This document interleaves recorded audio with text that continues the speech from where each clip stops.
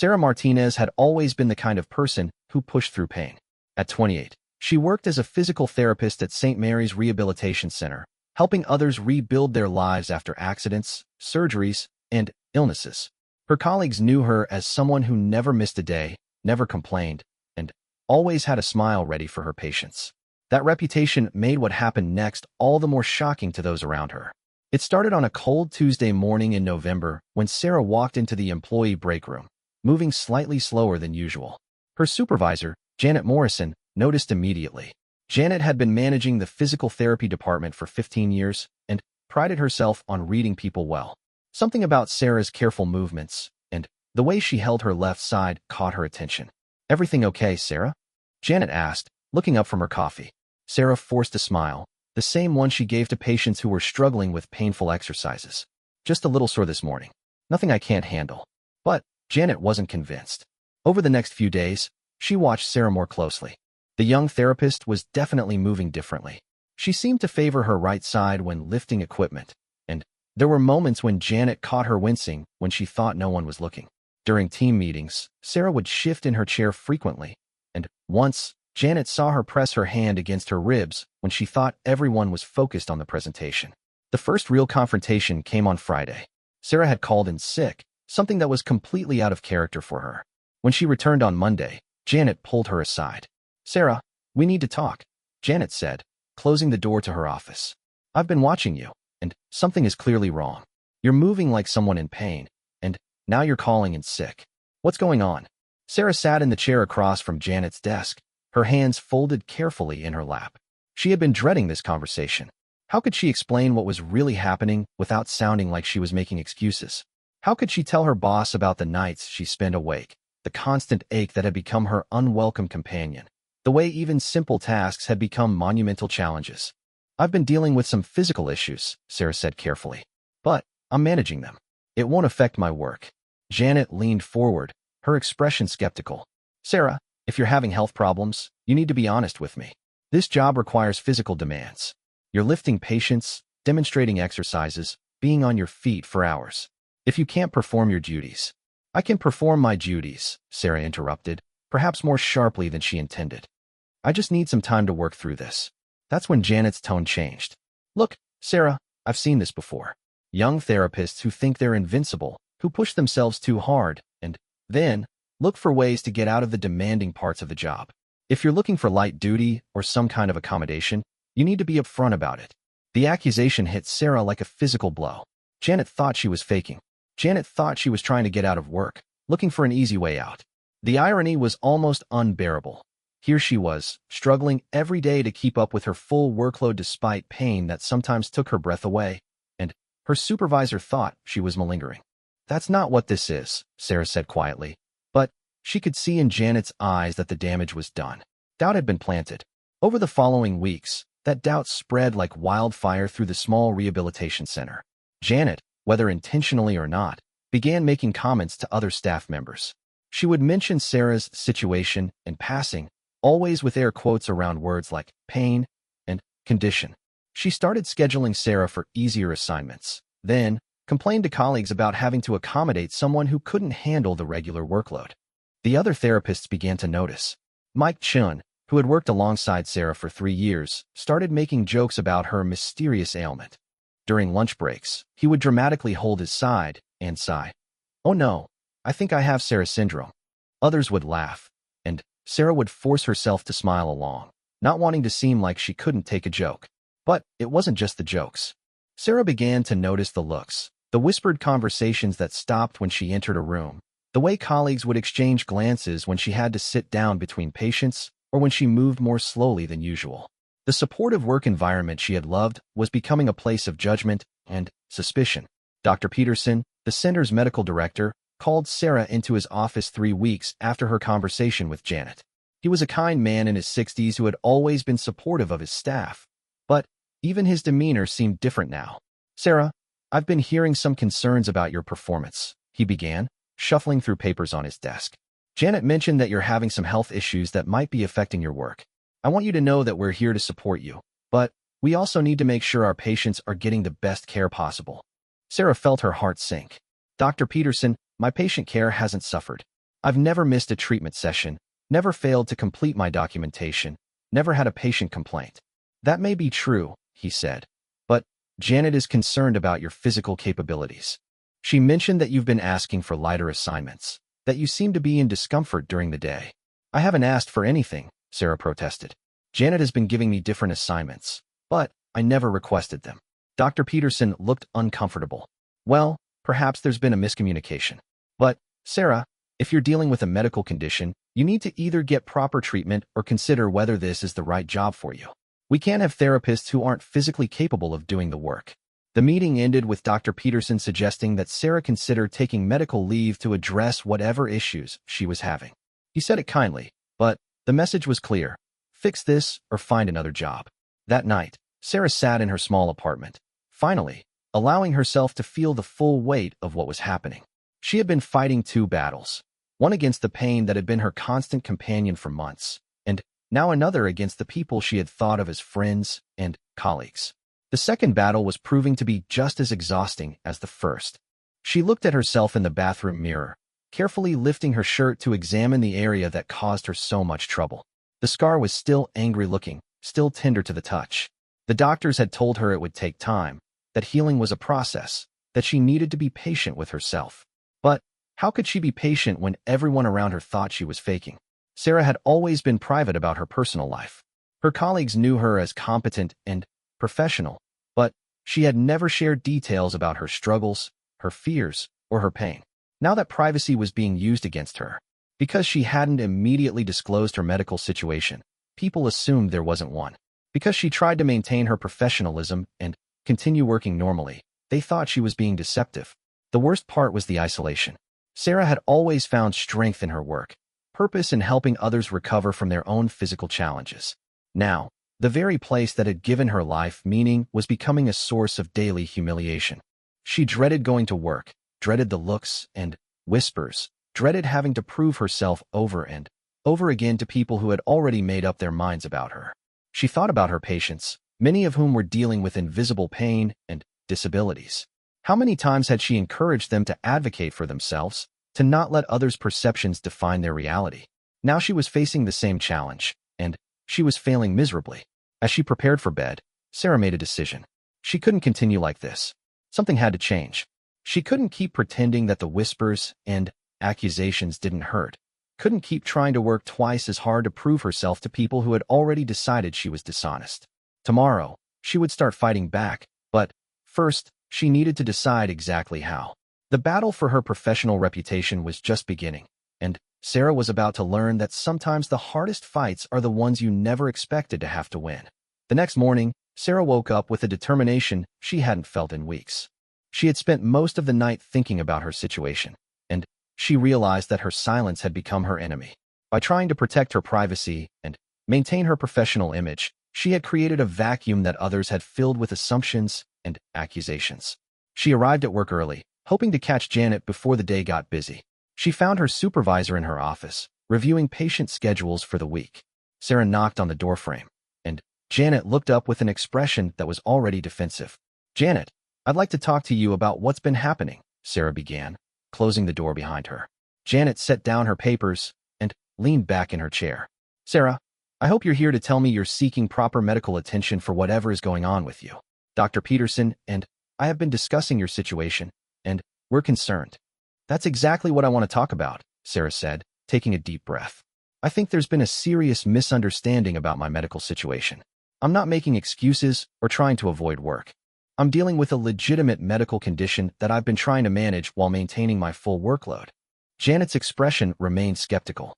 "And what condition would that be?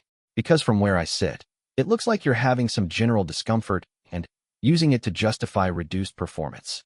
The words stung, but Sarah had expected them. 6 months ago, I was diagnosed with a serious medical condition that required emergency surgery. I've been recovering while working full-time, and yes, some days are harder than others. But I've never asked for accommodations, never missed patient appointments, and never let my personal situation affect my patient care. "Surgery." Janet's tone softened slightly, but suspicion remained. "What kind of surgery? And why are you just mentioning this now?" Sarah felt her cheeks flush. It was personal. I preferred to keep my medical information private while I recovered. I thought I could manage without having to disclose details about my health. Well, that was a mistake, Janet said bluntly. Sarah, we work in healthcare. We understand medical conditions. But when you're secretive about something that's obviously affecting your work, people are going to draw conclusions. And, frankly, the conclusions haven't been favorable. That afternoon, word of Sarah's partial disclosure spread quickly through the small facility. But, instead of creating understanding, it seemed to fuel more speculation. During lunch break, Sarah overheard a conversation between two colleagues, Lisa and Tom, in the break room.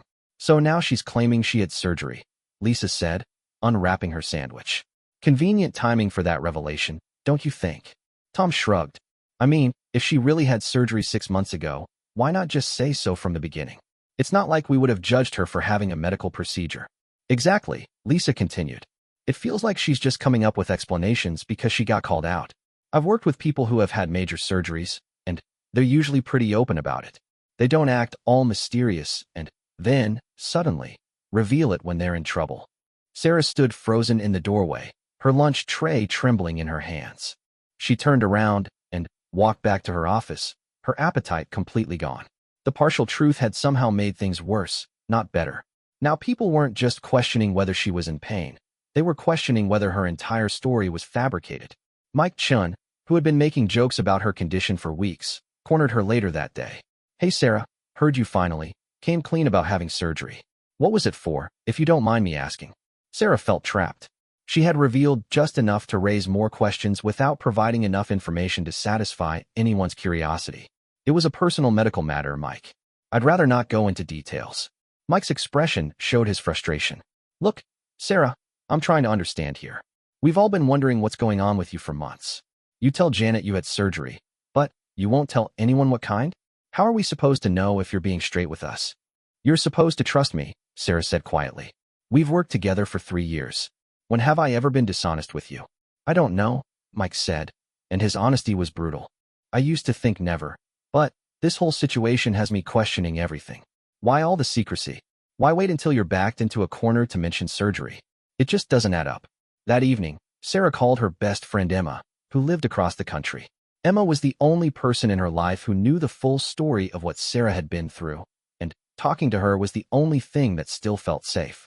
Emma, I think I'm making everything worse, Sarah said, curling up on her couch with the phone pressed to her ear.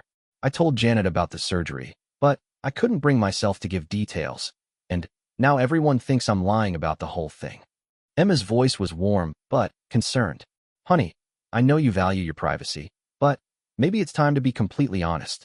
You're not protecting yourself by keeping secrets anymore. You're hurting yourself.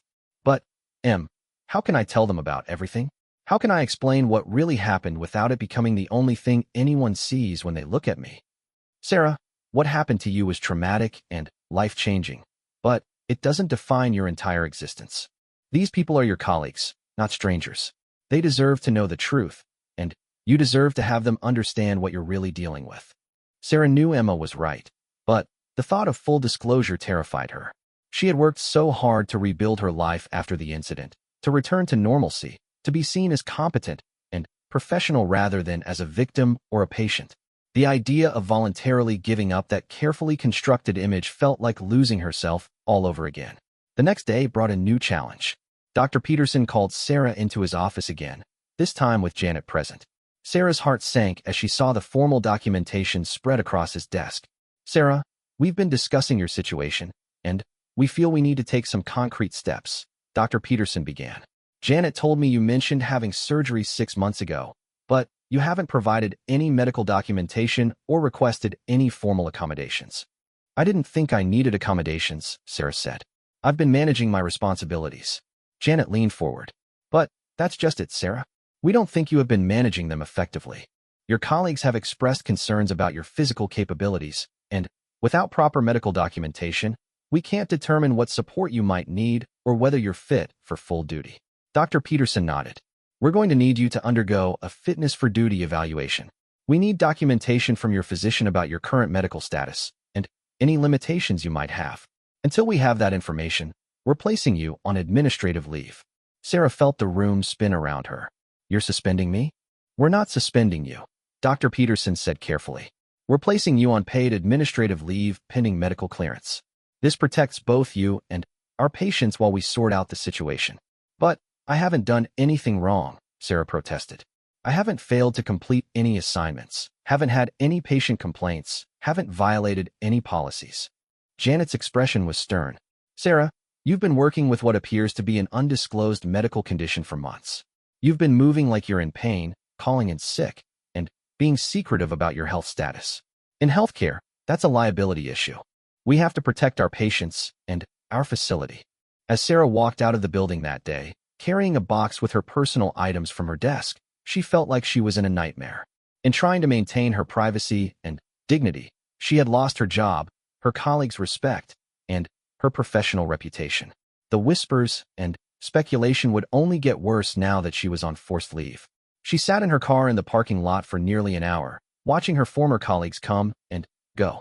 Some of them glanced at her car and then quickly looked away. Others didn't seem to notice her at all. She wondered what they were being told about her absence, what new theories were being formed about her mysterious condition. That night, Sarah made an appointment with her doctor to discuss the fitness for duty evaluation. She also made a more difficult decision. She would tell the complete truth about what had happened to her 6 months ago. She was tired of fighting shadows and assumptions. If she was going to lose everything anyway, she might as well lose it honestly. But first, she had to find the courage to revisit the most difficult period of her life, to relive the trauma that she had been trying so hard to put behind her. She had to be willing to expose her deepest vulnerabilities to the very people who had already judged her harshly. The question was whether she was strong enough to do it, and whether it would make any difference if she did. Sarah spent 3 days preparing herself mentally for what she knew would be the most difficult conversation of her professional life. She had scheduled a meeting with Dr. Peterson and Janet for Friday afternoon, armed with complete medical documentation and a determination to tell her story fully, regardless of the consequences. But, as she sat in Dr. Peterson's office that Friday, looking at the skeptical faces across from her, Sarah realized that simply providing medical records wasn't going to be enough. These people needed to understand not just what had happened to her medically, but who she really was and what she had survived. Before we review the medical documentation, Sarah began, her voice steadier than she felt. I need to tell you about something that happened 6 months ago. Something I should have told you from the beginning. But I wasn't ready to relive it or to be defined by it. Dr. Peterson and Janet exchanged glances, but they remained silent, waiting for her to continue. On May 15th, I was walking home from the evening fitness class I taught at the community center.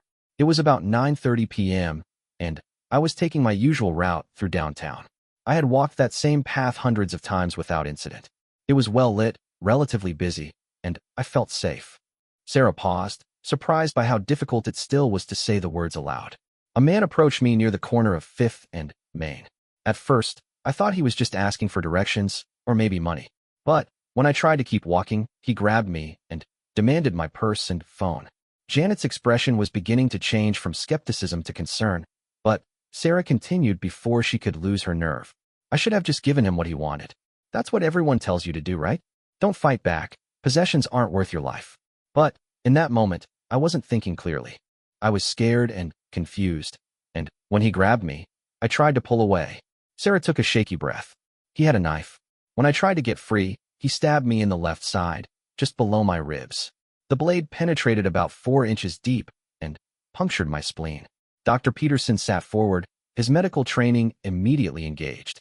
My God, Sarah, a splenic injury can be life-threatening. It almost was, Sarah confirmed. I collapsed on the sidewalk, bleeding internally. A couple found me about 10 minutes later and called 911.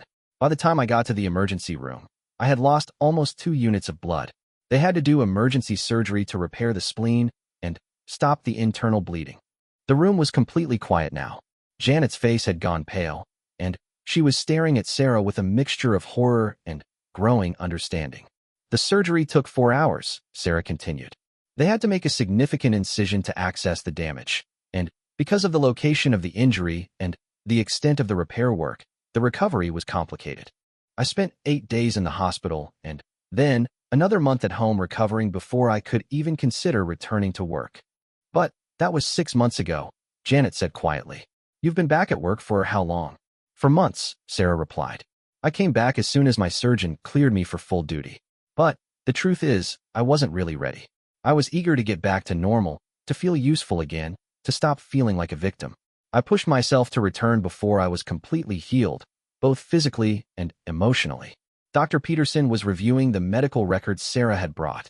These documents show you had significant complications during recovery: infection, delayed healing of the surgical site, and ongoing pain management issues. The infection set me back about 3 weeks, Sarah explained. And yes, I still deal with pain on a daily basis. Some days are better than others. The scar tissue is still sensitive, and if I overexert myself or move wrong, it can be quite painful. But I've been managing it because I wanted so desperately to get my life back to normal. Janet was shaking her head slowly. Sarah, why didn't you tell us this from the beginning? We would have understood. We could have helped you transition back to work more gradually. Because I didn't want to be seen as a victim, Sarah said, her voice breaking slightly. I didn't want every interaction with patients and colleagues to be colored by what happened to me. I didn't want people to treat me differently or question my capabilities because of something that was completely outside my control. She paused, wiping at her eyes. I've seen how people treat trauma victims sometimes. They either treat you like you're made of glass, afraid to give you normal responsibilities, or they expect you to be over it after a certain amount of time. I didn't want either of those reactions.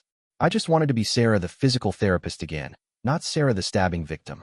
Dr. Peterson was quiet for a long moment, clearly processing everything he had heard.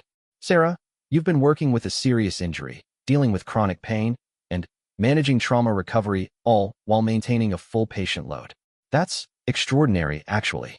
But also dangerous, Janet added, though her tone was now concerned rather than accusatory. Sarah, you could have seriously injured yourself by pushing too hard, and we could have supported you better if we had known what you were dealing with. Sarah nodded. I know that now. But, at the time, I was so focused on proving that I was still capable, still strong, still the same person I had been before the attack. I thought that admitting I was struggling would mean admitting that he had won, that he had broken me. Who was he? Dr. Peterson asked gently. Was he caught? Sarah's face darkened. No.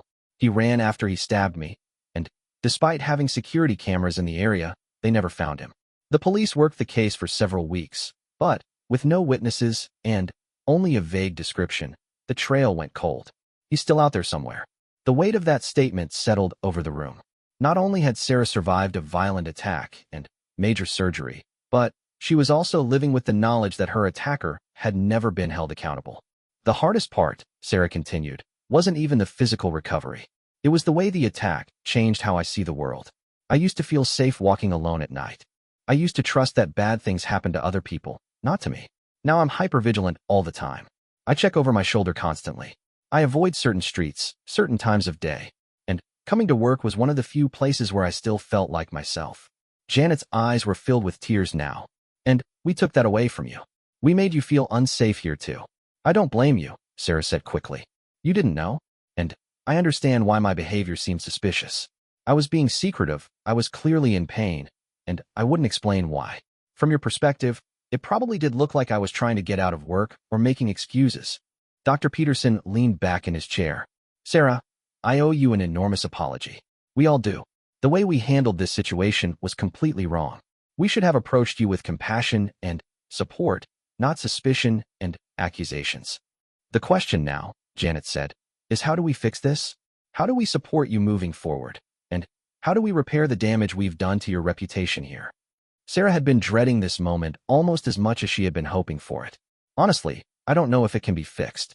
The jokes, the whispers, the assumptions people have made about me. How do you undo that? We start by being completely honest with the staff, Dr. Peterson said firmly. We explain that there was a serious misunderstanding about your medical situation, and we make it clear that anyone who continues to treat you disrespectfully will be held accountable. But I don't want to be treated like a victim here either, Sarah protested. I don't want people walking on eggshells around me or giving me special treatment because of what happened. Janet smiled for the first time in the meeting. Sarah, after what you've told us today, I don't think anyone is going to question your strength or dedication ever again. You've been doing the work of a fully healthy person while dealing with trauma, chronic pain, and emotional recovery. That's not weakness, that's incredible resilience. As the meeting ended, Sarah felt a mixture of relief and apprehension. The truth was finally out, but she had no idea how her colleagues would react when they learned the real story. Would they feel guilty for their treatment of her? Would they treat her differently now? Would she finally be able to work in an environment of understanding and support?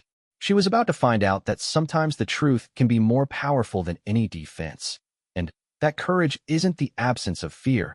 It's the willingness to be vulnerable in spite of that fear. The Monday morning staff meeting was unlike any other Sarah had experienced at St. Mary's Rehabilitation Center.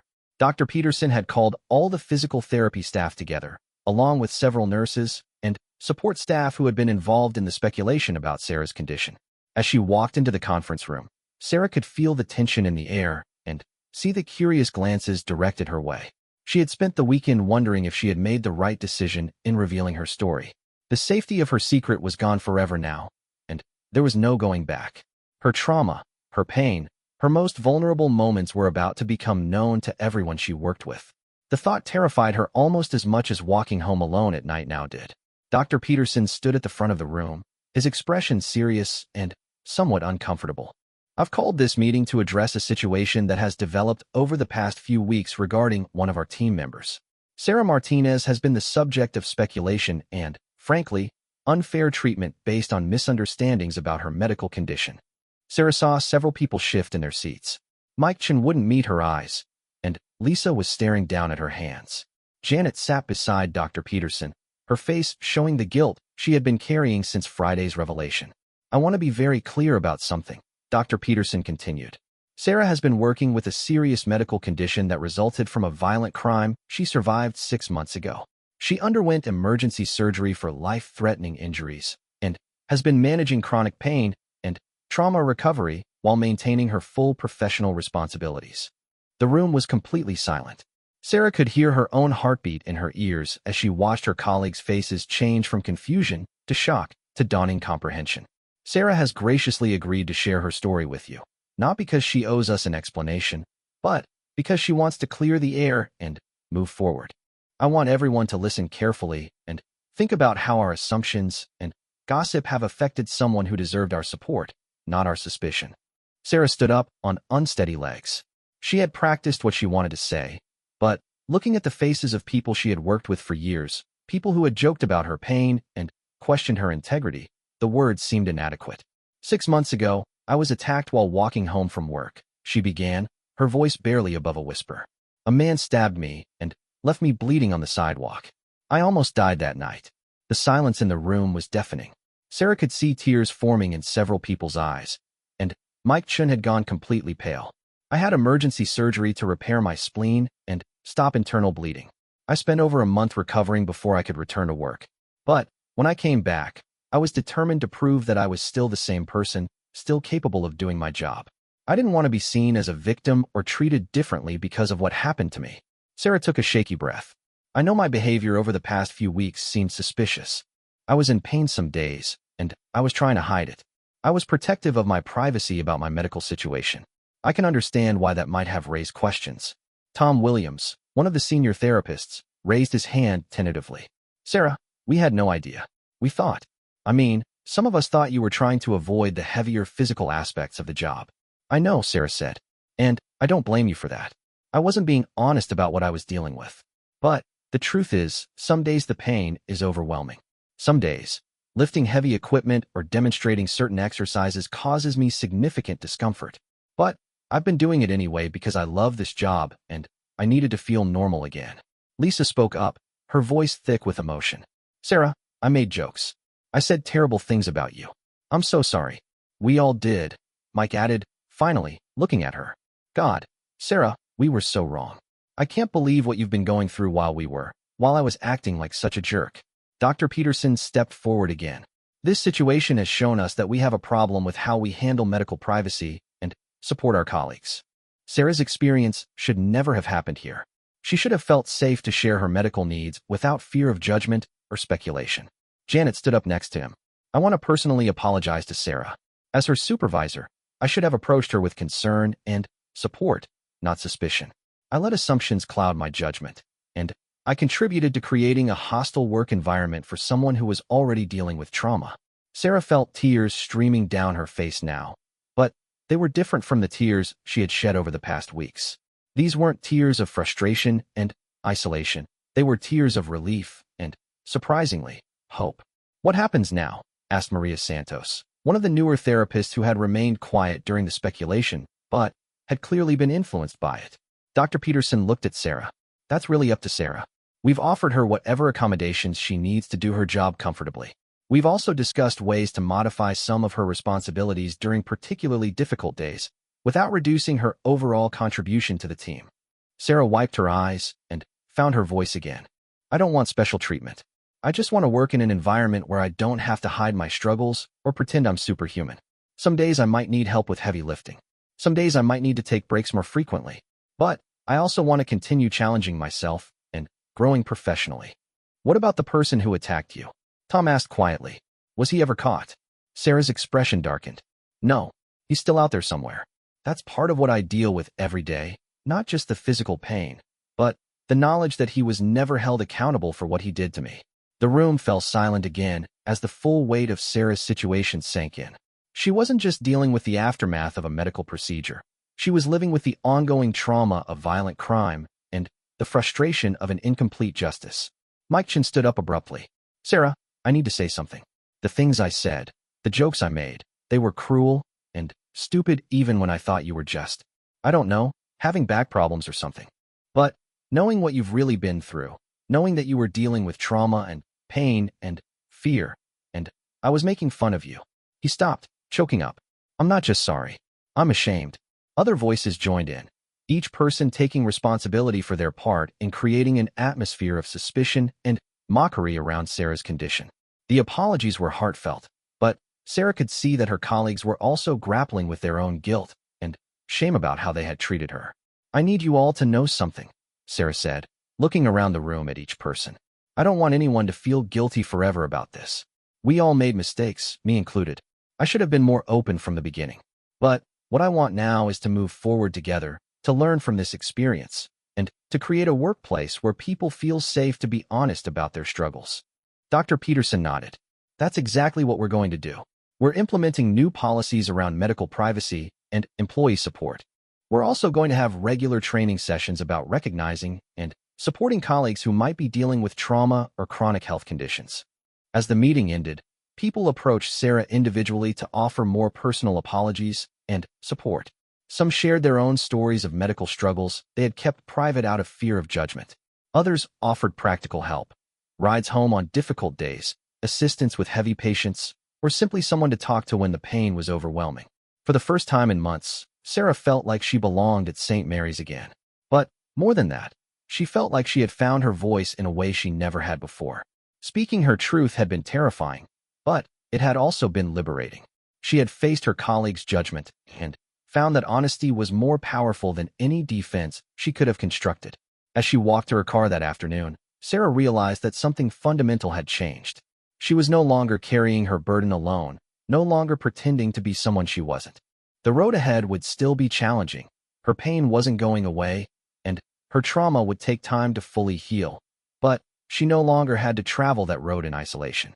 The most difficult part of her journey was about to begin, but for the first time since the attack, she felt like she had allies for the fight. 3 months had passed since Sarah's revelation to her colleagues, and life at St. Mary's Rehabilitation Center had settled into a new rhythm. The atmosphere of suspicion and speculation had been replaced by one of genuine support and understanding. Sarah's colleagues had not only apologized for their previous behavior, but had actively worked to create an environment where she felt valued and supported. But the most significant change had nothing to do with her workplace and everything to do with Sarah herself. She had discovered something powerful in the act of sharing her truth, a strength she hadn't known she possessed, and a voice she had been afraid to use. It was a cold February morning when Sarah received a call that would test everything she had learned about courage and advocacy. The voice on the other end of the phone belonged to Detective Maria Rodriguez from the downtown police precinct. Ms. Martinez, I know it's been several months since your case was active, but we've had a development. We arrested a man last night for an attempted robbery that matches the pattern of your attack. We'd like you to come in and see if you can identify him. Sarah's hands began to tremble as she held the phone. She had tried not to hope for this moment, had forced herself to accept that her attacker might never be caught. But now, faced with the possibility of finally confronting the man who had changed her life forever, she felt a mixture of fear, hope, and determination. "I'll be there this afternoon," she told the detective. At St. Mary's, Sarah found herself unable to concentrate on her patients. Her mind kept racing between memories of that terrible night and images of what the lineup might be like. When Janet noticed her distraction during the lunch break, Sarah explained what was happening. "You don't have to go through this alone," Janet said immediately. "Would you like someone to come with you to the police station?" For the old Sarah, the Sarah who had hidden her trauma and tried to handle everything independently, the answer would have been an automatic no. But the new Sarah, the one who had learned the power of accepting support, nodded gratefully. "I'd like that," she said. "Would you be able to come with me?" That afternoon, Sarah and Janet walked into the police station together. Detective Rodriguez was a kind woman in her 40s who had worked many violent crime cases. She explained the procedure carefully and prepared Sarah for what she might experience during the identification process. "Sometimes victims have very strong emotional reactions when they see their attackers," the detective explained. "Some people freeze up, some get angry, some break down. All of those reactions are normal and understandable. Take your time, and remember that you're in control here." The lineup room was smaller than Sarah had expected, with a one-way mirror looking into a brightly lit space where 5 men stood against a numbered wall. Sarah's heart was pounding so hard she could hear it in her ears as she approached the window. And there he was, number 3. She recognized him immediately. The same cold eyes, the same facial structure, even the same arrogant posture he had held when he approached her that night. The sight of him brought back every detail of the attack with stunning clarity. "That's him," Sarah said, her voice barely audible. "Number 3. That's the man who stabbed me." Detective Rodriguez made notes while Sarah continued to stare at her attacker through the glass. He couldn't see her, couldn't hurt her, but looking at him still made her feel vulnerable and afraid. But underneath those familiar emotions, Sarah felt something else, anger. Not the helpless rage she had carried for months, but a focused, purposeful anger that demanded justice. "What happens now?" Sarah asked. "Now we build a case," Detective Rodriguez replied. "Your identification is important, but we need to gather additional evidence. He's currently being held on the attempted robbery from last night. But if we can make the case for your attack, he'll face much more serious charges." Over the following weeks, Sarah found herself drawn into the criminal justice process in ways she had never expected. She worked with prosecutors to prepare her testimony, reviewed evidence, and learned about the legal strategies that would be used to convict her attacker. But the most challenging moment came when the defense attorney contacted her directly, requesting a meeting.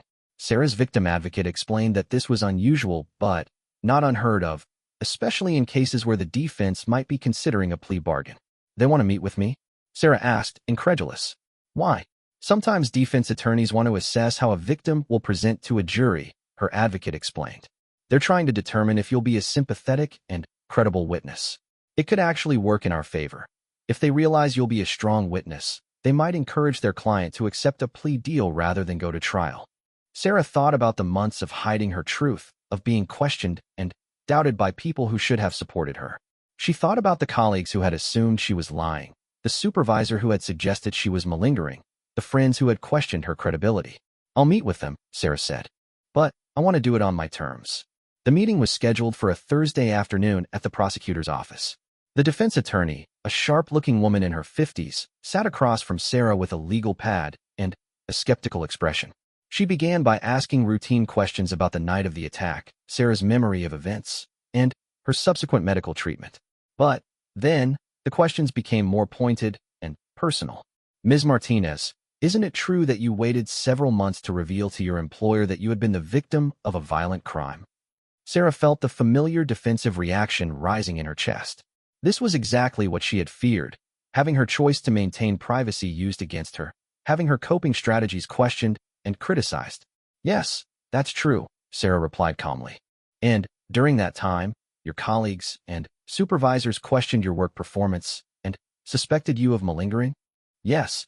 So you have a pattern of being secretive about your medical condition and allowing others to form negative impressions of your honesty?"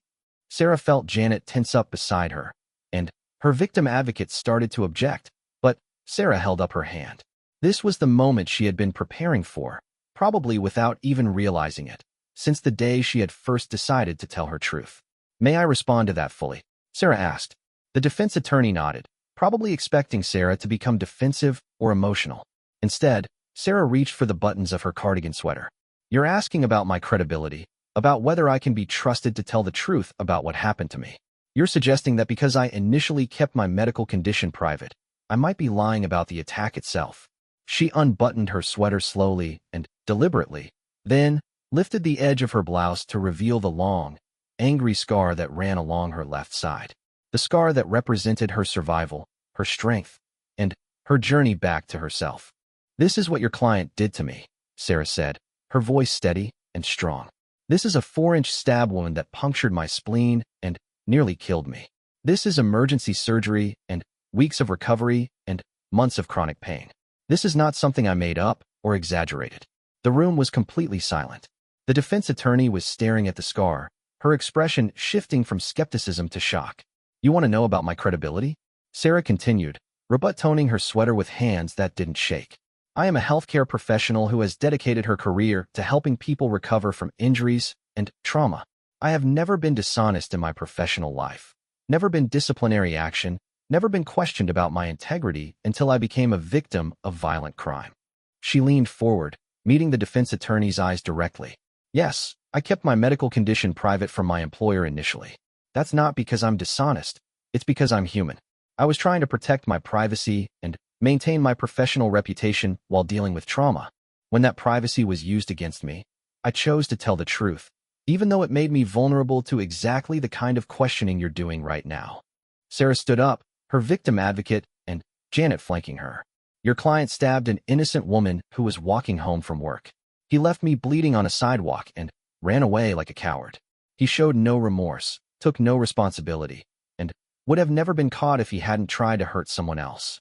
She paused at the door, looking back at the defense attorney who was still staring at her notes, clearly shaken by the encounter. I am not going to be intimidated or discredited because I survived something terrible and had the audacity to try to rebuild my life afterward. I will testify truthfully about what your client did to me, and I will do it with the same strength that got me through his attack and everything that came after. As they left the prosecutor's office, Sarah felt something she hadn't experienced since before the attack. Complete confidence in herself and her worth. She had faced her attacker's representative, had been questioned and challenged about her credibility, and had responded not with defensiveness or fear, but with dignity and strength. 3 weeks later, Sarah received another call from Detective Rodriguez. The defense had contacted the prosecutor about a plea deal. Faced with the prospect of Sarah's testimony and the strength she had demonstrated in their meeting, they were recommending that their client accept responsibility for the attack in exchange for a reduced sentence. He's going to plead guilty? Sarah asked, hardly believing it. He is. You won't have to testify at trial. He'll serve 8 to 12 years for the attack on you, plus additional time for the recent attempted robbery. As Sarah hung up the phone, she realized that the journey that had begun with a violent attack on a dark street had led her to a kind of strength she had never known she possessed. She had learned to tell her truth in the face of skepticism, to ask for support when she needed it, to stand up for herself when others tried to diminish her experience. The scar on her side would always remind her of the worst night of her life. But it would also remind her of everything she had overcome, every challenge she had faced, and every moment she had chosen courage over fear. She had unbuttoned her sweater and revealed her truth, and in doing so, had found a power that no one could ever take away from her. Sarah Martinez was no longer just a survivor. She was a warrior who had learned that sometimes the greatest strength comes from being willing to show your wounds to the world.